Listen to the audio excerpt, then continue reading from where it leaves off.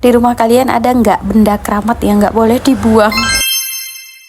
Ini dia aktivitas aku, dimulai dengan aku tumisin daun buah labu jipang. BTW nggak ada buahnya ya guys, cuman pucuk labu jipang atau labu siam aja. Tadi perbumbuannya aku campur sama udang rebon juga. Ditinggal dulu tumisannya. Di sini aku mau ngeberesin dulu di bagian sini karena dari tadi pagi tuh nggak ada aku pegang di bagian sini guys. Dilap-lapin dulu bekas air ini entah apa-apalah pokoknya. Dilanjut cuci piring, apalagi coba. Untuk piring hari ini tuh nggak begitu banyak dan langsung kita cuci-cuci aja ya guys. Ini jangan sampai aku ngisi suaranya udah di siang hari. Maklum aja ini suara Honda sama mobil-mobil pada lewat. Ini aku mau tuangin dulu sisa minyak, sayang juga langsung dibuang ya kan. Ini dia tadi benda keramat yang aku bilang yang gak bisa dibuang sama sekali. Nggak tahu kenapa ayah sama suami aku itu paling suka rebus air itu ya, diceret itu guys. Makin hitam makin lama makin enak. Padahal ada loh teko estetik tapi nggak mau dipakai.